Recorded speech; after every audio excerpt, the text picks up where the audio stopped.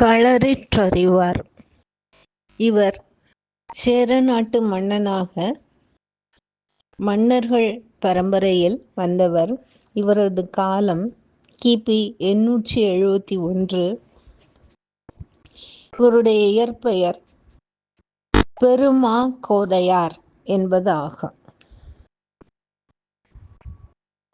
இவரை பற்றி திருத்தொண்ட தொகையிலே சுந்தரர் சொல்லும் பொழுது, கார் கொண்ட கொடை களரிற்றறிவார்க்கும் அடியேன் என்று குறிப்பிடுகின்றார்.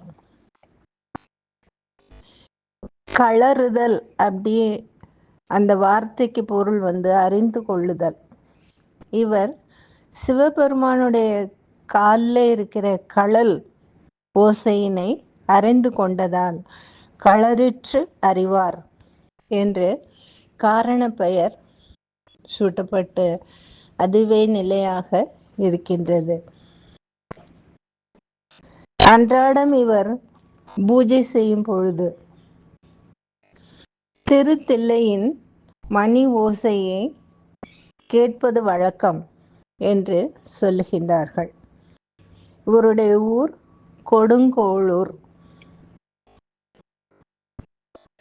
இறைவன் அன்றாடம் திருநடனம் ஆடுவதை, அவருடைய அந்த களல் எழுப்புகின்ற ஓசையை கேட்ட பின்னால்தான் இவர் பூஜையை நிறைவு செய்து திருத்தில்லையின் பூஜை மணி ஓசையை கேட்டுவிட்டு தன்னுடைய பூஜையை நிறைவு செய்கின்றார்.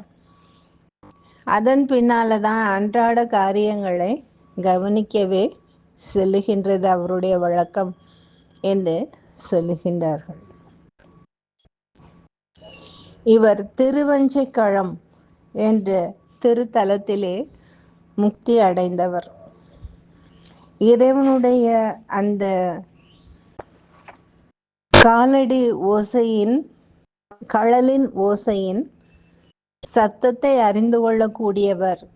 அது ஞானத்தை விளக்குகின்றது என்று சைவ பெருமக்கள் குறிப்பிடுகின்றார்கள். அதை அறிந்து கொள்ளக்கூடியவர் என்பதாலே அவருடைய இயற்பெயர் பெருமா கோதையார் என்பது மறைந்து களரிற்று அறிவார் என்ற பெயரே நிலைத்து நிற்கின்றது. திருத்தில்லையின் பூஜை நிறைவுறும் மணி ஓசையை கேட்டு இறைவன் திருநடனம் செய்யும் அந்த களல் ஓசையை கேட்டு அன்றாடம் இறைவனுடைய அருளுக்கு பாத்திரமாக வாழ்ந்து வந்தவர் என்பதால் நாயன்மார்களுள் இவர் தனிச்சிறப்பு பெற்றவராக போற்றப்படுகின்றார்.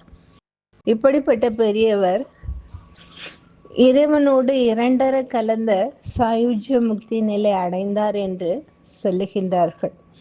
நாளை தொடர்ந்து நாம் காணலாம். நன்றி, வணக்கம்.